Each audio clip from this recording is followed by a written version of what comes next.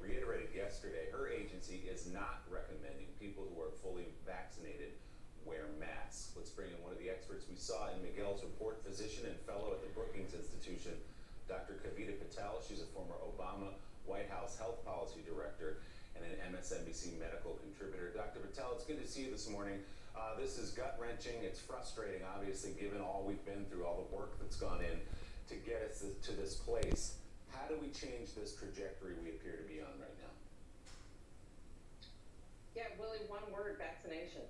I think that it's incredibly clear that the vaccines that we have are effective. And what we're trying to do, I won't even call it herd immunity. It's confusing to say that. What we're trying to do is just reach a goal where the majority of people, not 100%, because we are going to have kids and people who can't get vaccines for different reasons, but where the majority of people are vaccinated, and it protects the unvaccinated. This is a simple kind of epidemiology, public health 101. Short of that, Willie, we're going to continue to see these rolling waves throughout the country in various pockets. Larger numbers in some areas, but don't think that just because you live in a part of Connecticut, Vermont, or another area of the country, Southern California, where if you have an area that's highly vaccinated, that the people who are not vaccinated are still not susceptible. Let me say it another way. Everybody is vulnerable at some point. And I will just take a difference with the CDC director. Obviously, she's much more kind of in the data than I am, but there's no harm in talking about highly risky settings, high-risk settings like indoors where multiple people who are not vaccinated might gather with vaccinated people, and just having everyone follow the same rules. Because what we're seeing right now, Willie, is that people aren't doing it. We're kind of trusting everyone, and I don't see a reason to do that. Do you think, Dr. Patel, that Los Angeles County is kind of a leading indicator of where places across the country may be headed? We know about the states with low vaccination rates, many of them across the South, but you mentioned the states that have done well in terms of vaccination: Connecticut, the Northeast, New York, Massachusetts, Maine, up and through the New England area. Are those places susceptible now to rollbacks in terms of the kind of restrictions we might see? They are, and let me just say, even more than Los Angeles County, by the way, I really do praise the public health officials there. They're sticking their necks out on the line. They're not popular people these days. But I would say we can look to other countries. We can look to Israel. We can look to parts of what the UK has had to do. Ignore what Boris Johnson has said, but look at what local public health officials and Ministry of Health officials are doing on the ground there. Australia, other parts of the EU, they are kind of what we would call canaries in the coal mine. They have put back in indoor masks, and it's simply for this reason. Vaccines do protect us. They protect us from hospitalization and death, as we've said. Unvaccinated people with a variant, Willie, that is novel, that we don't understand, that is highly transmissible, highly infectious, minute to give it to each other. What is the harm when you're with strangers to wear a mask indoors, especially in close contact settings? Why are we taking a risk that we don't need to take when we have a very simple preventive measure for now, until we get more people vaccinated? And that's really the bottom line.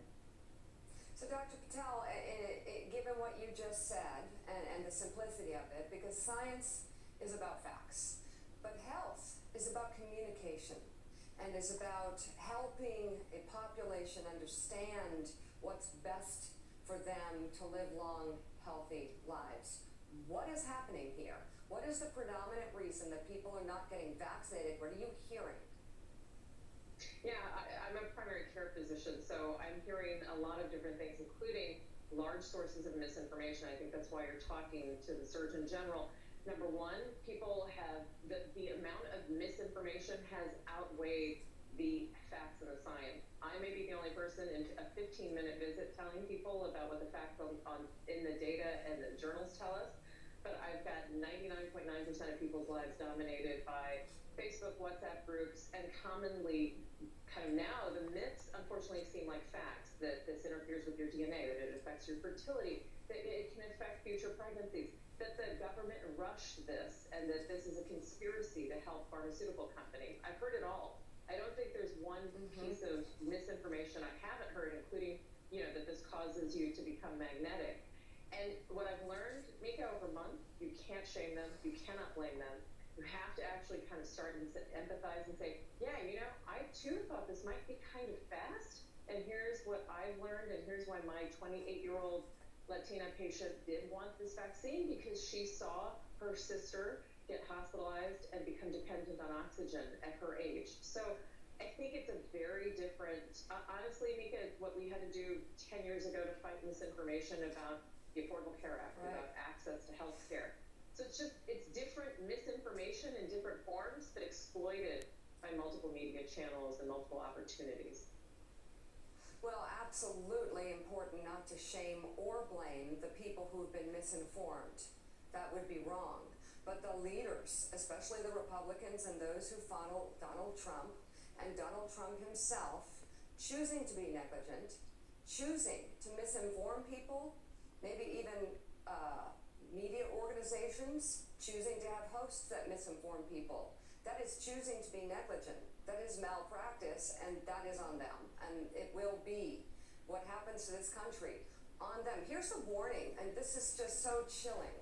The warning that the U.S. Surgeon General, Dr. Vivek Murthy, issued about misinformation when it comes to COVID-19. Dr. Murthy released a Surgeon General's advisory yesterday declaring the rise of misinformation online an urgent threat, calling on social media companies to take action. Today, we live in a world where misinformation poses an imminent and insidious threat to our nation's health. Modern technology companies have enabled misinformation to poison our information environment with little accountability to their users. They've allowed people to intentionally spread misinformation, what we call disinformation, to have extraordinary reach. They've designed product features, such as like buttons, that reward us for sharing emotionally charged content, not accurate content. And their algorithms tend to give us more of what we click on, pulling us deeper and deeper into a well of misinformation. All right. And as we played at the very top, it's worth repeating from the Surgeon General. Nearly every death from COVID-19 that we're seeing now could have been prevented. Think about that. At that same briefing, White House Press Secretary Jen Psaki said that a large amount of misinformation is being spread by a relatively small number of people. There's about 12 people who are producing 65% of anti-vaccine misinformation on social media platforms. All of them remain active on Facebook, despite some even being banned on other platforms, including Facebook, ones that Facebook owns. Following those remarks, Facebook put out a statement reading, "We've partnered with government experts, health authorities, and researchers to take aggressive action against misinformation about COVID-19 and vaccines to protect public health." So far, we've removed more than 18 million pieces of COVID information, removed accounts that repeatedly break these rules, and connected more than 2 billion people to reliable information about COVID. Are you really taking credit, Facebook? You're taking credit? You think you saved lives? Because the bottom line is, as long as you are carrying, channeling, and pushing out misinformation, that's taking lives, not saving lives. The Surgeon General will be our guest a bit later in the morning, Willie. It's just so frustrating that these companies that are really fire hoses of bad information, and people who are following Trump and the leaders in Washington who refuse to bow to Trump, who are really delivering misinformation and using Facebook and social media and anywhere that will listen to spread disinformation. There are a million words I can think for it, but at this point, it's fatal. It's killing people. Yeah, no, you're absolutely right. It is. It's deadly what's happening right now. And of course, the seeds of all this disinformation, this bad information, were planted a long time ago, long before the last year and a half around coronavirus. But now we're seeing the rotten fruit, and it's costing lives. Dr. Patel, it does feel like we've had all the trusted partners and people like you and others have worked so hard to get the message out to communities that have not been vaccinated. It feels like we've hit a ceiling, and if that's true, and if we maybe change the numbers on the margin and they go up a little, but not enough to get us where we need to be, what happens in the next few months, the next year with coronavirus in this country? What does it look like to you? Yeah, really, look, I think you're asking the critical question that all health officials are, and I'll say, number one, I hope there will be an uptick in vaccinations, especially as schools open. The news that we're not going to have children's vaccine option kind of in the near future should give many adults, even those who are completely skeptical